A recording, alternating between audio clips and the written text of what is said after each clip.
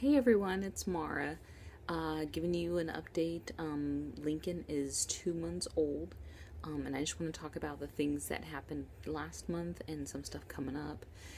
He's here in my lap, so I may be able to bring him up and show you here in a minute. But he's kind of sleeping, so I don't want to mess with him too much because he's been a little monster for quite a few days now.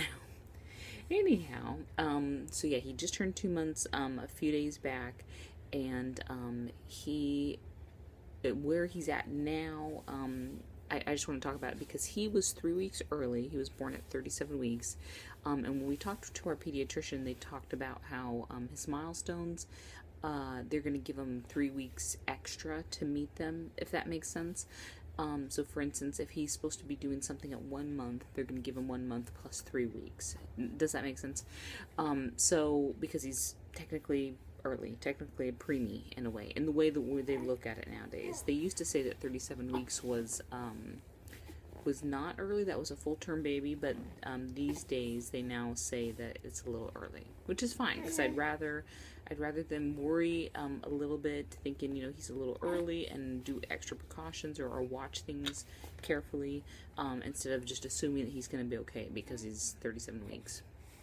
So, but even though they consider him, giving him those extra 3 weeks, he's still doing great. I mean, I feel like he's meeting everything that he's supposed to right on time, and like growth spurts and all of those things are happening when they would happen with any other baby. And I've heard a lot of ladies who, even though they have an early baby, they have the same thing happen. So they're still their babies are still meeting their spurts and their milestones and stuff at the same time that any other baby would. So let's see what he's done. He sees us now, like he sees our faces. Before, as a newborn, he, even at 1 month or whatever, he wasn't quite looking at us. When he would see our faces, he wasn't really focusing.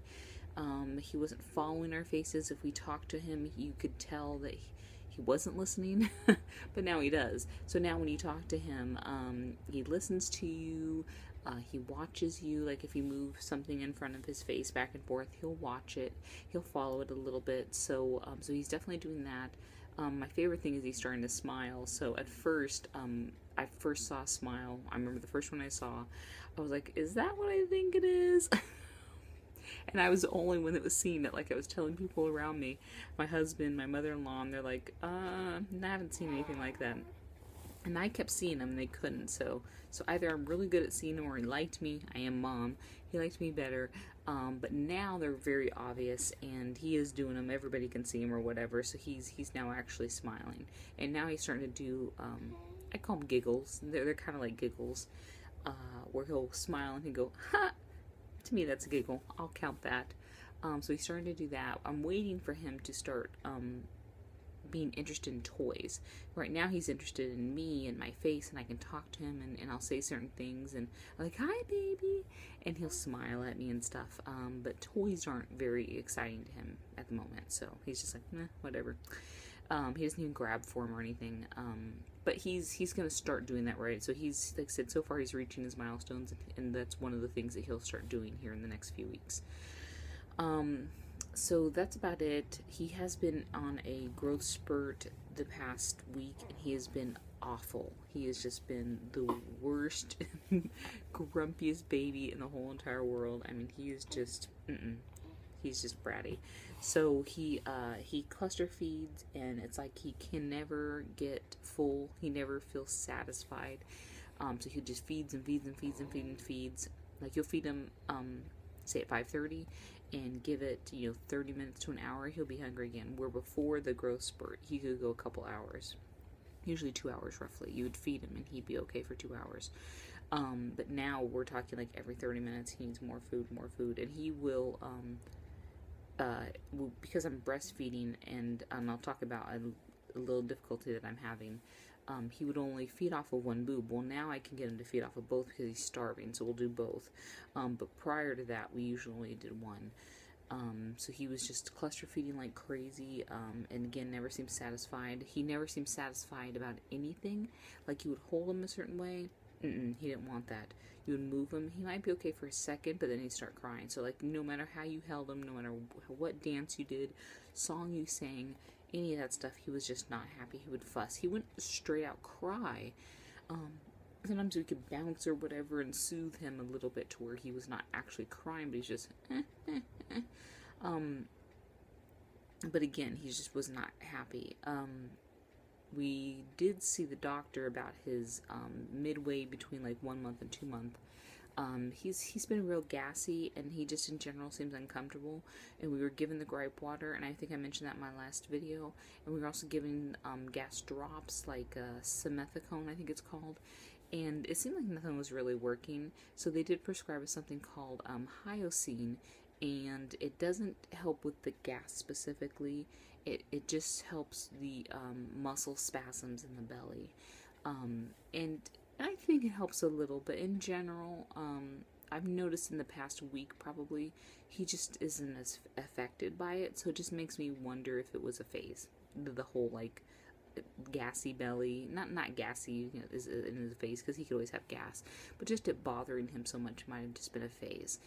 Because in the past week he's been doing really well, and I don't even really give him anything. So I don't give him drops, I don't give him the prescription stuff or anything, and he's been doing pretty well.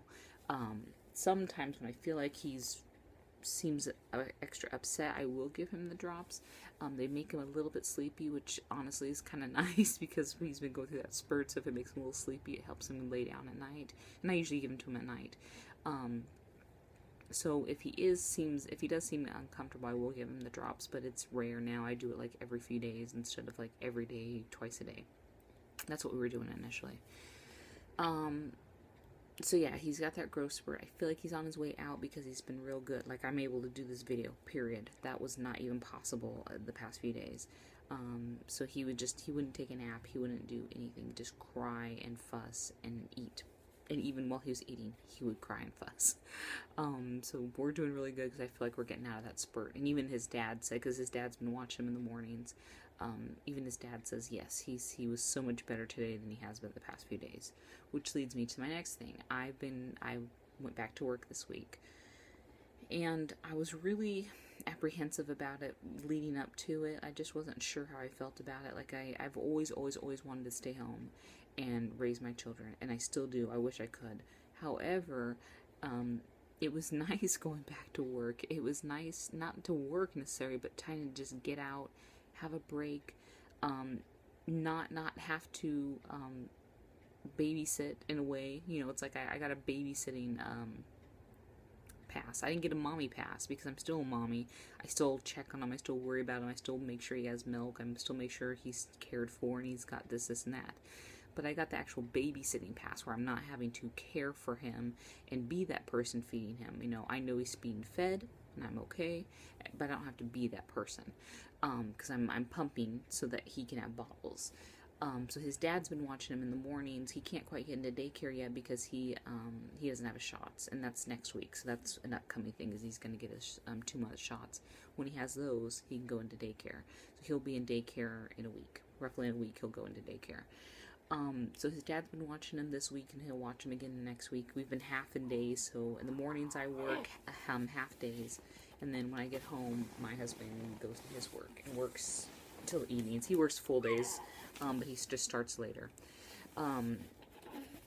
So that's what I've been doing, and like I said, at first I kind of felt guilty because like I said, I've always wanted to be a stay-at-home mom, but it was nice to have a little break, and I felt guilty. I was like, is that wrong? Is it wrong of me to kind of be glad I'm away from the baby and just have a little break? And everybody's telling me, no, it's not wrong. And I'm sure you guys are sitting there thinking, no, it's not wrong. Everybody needs a break. So, and then I'm only doing half days. So by midday, I want to be home anyways, to see what he's doing and see his cute little face.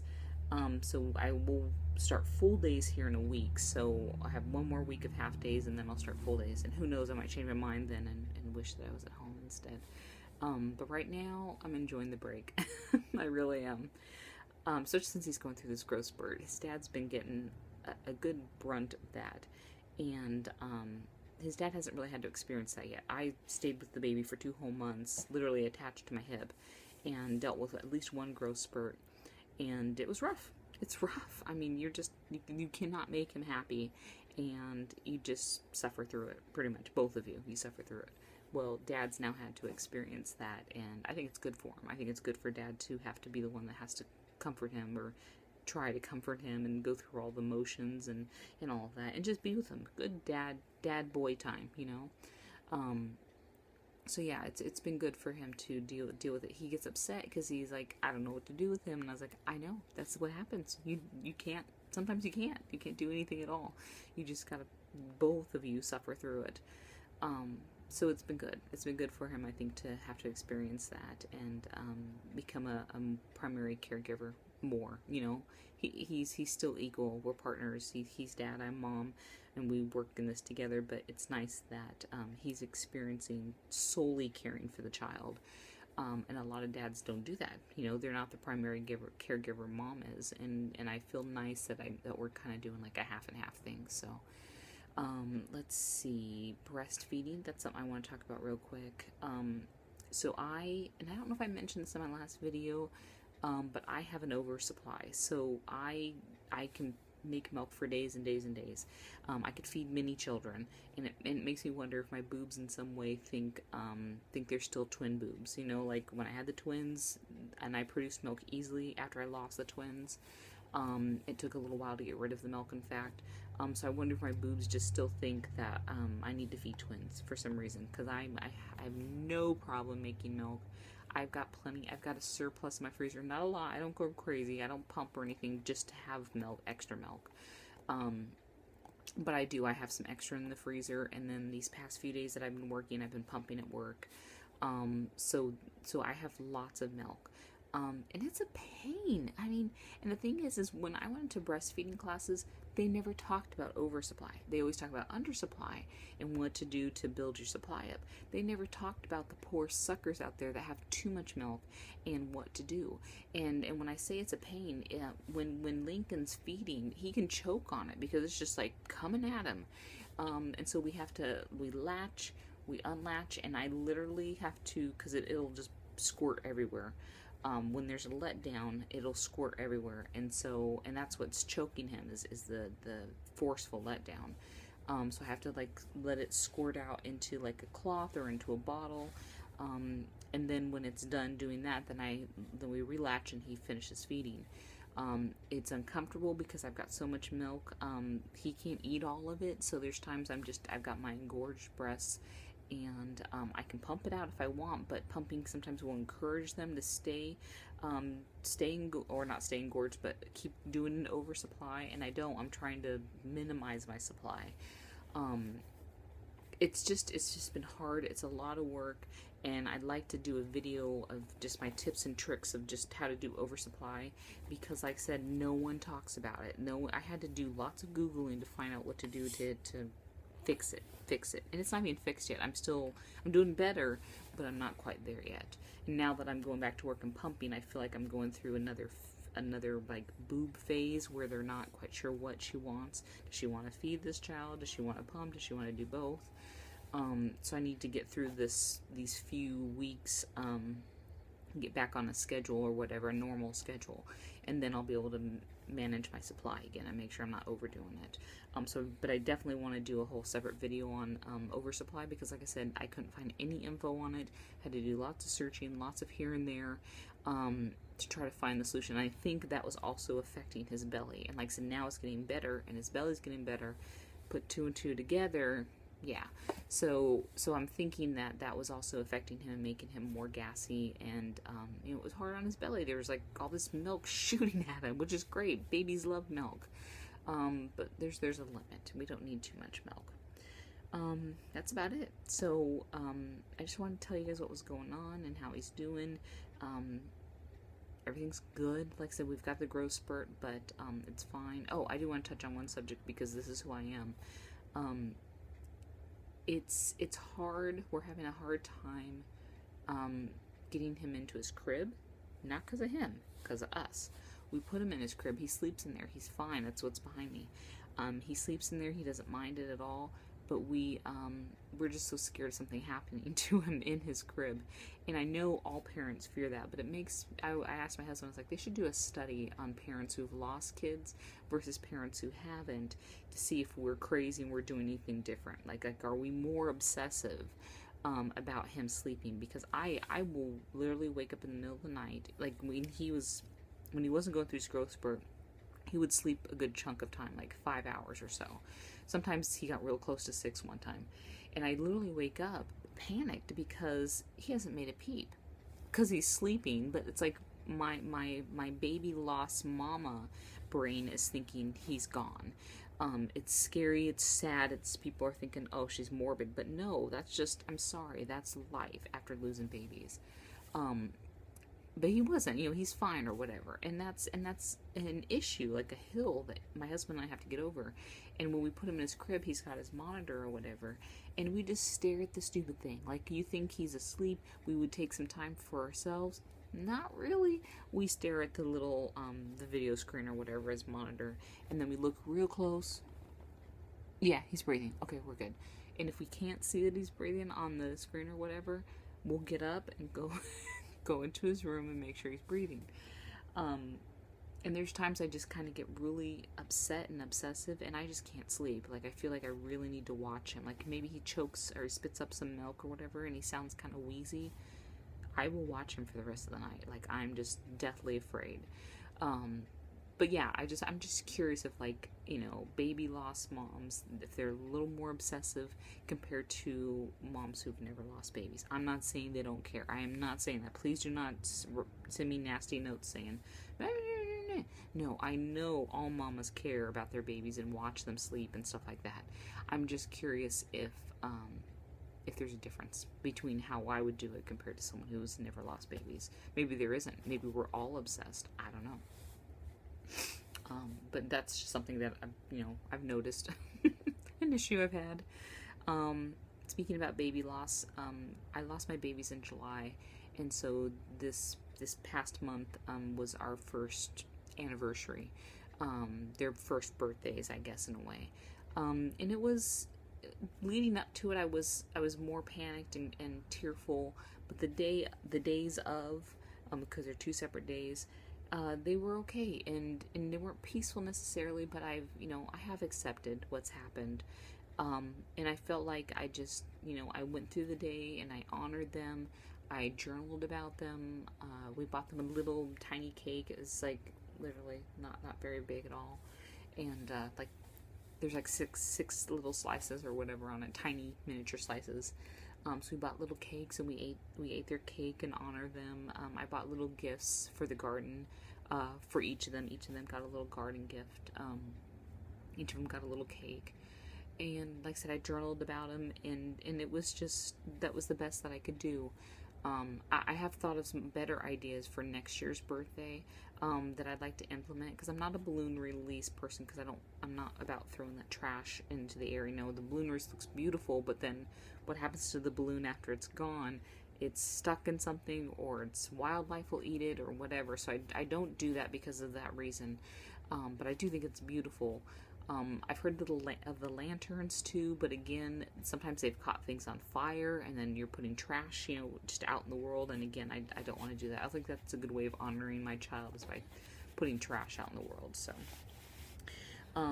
but yeah, I've thought of some good ideas for next year that are not trashing things, and is a way of honoring them, and is a cake again or whatever. So, but yeah, it went fairly well. Like I said, leading up to it, I was a little nervous and apprehensive, and crying quite a bit, just out of, it's pain, it hurts, I miss them, I miss my babies, and to think of things like, it's been a whole year, and then even there were some moments where I would think, a year ago today, if I'd known what I know now, would I be able to save them?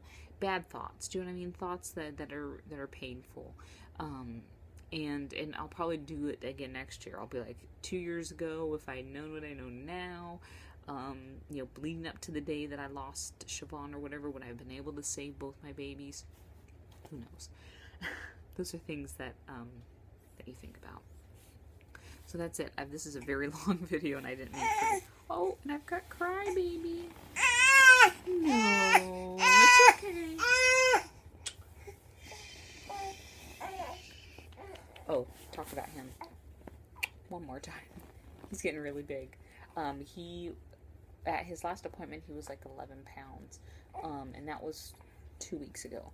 But we also get on our scale at home, and right now I'm guessing he's like 12, 13 pounds, and we're moving as of tomorrow into number 2 diapers. So we were in number 1s, and now we're moving to number 2s. And I've got like 2 big boxes of number 1 diapers from Costco in my closet. I've got to take them back because he's not gonna wear them. He's already out of them. He was out of them as of a few days ago. So but yeah, he's getting so big. It's so exciting. That's about it. So I hope everybody's doing good. Sorry it's a long video. I'll try to edit it a little bit and get some of that crap out of there. And you guys have a good day. Bye.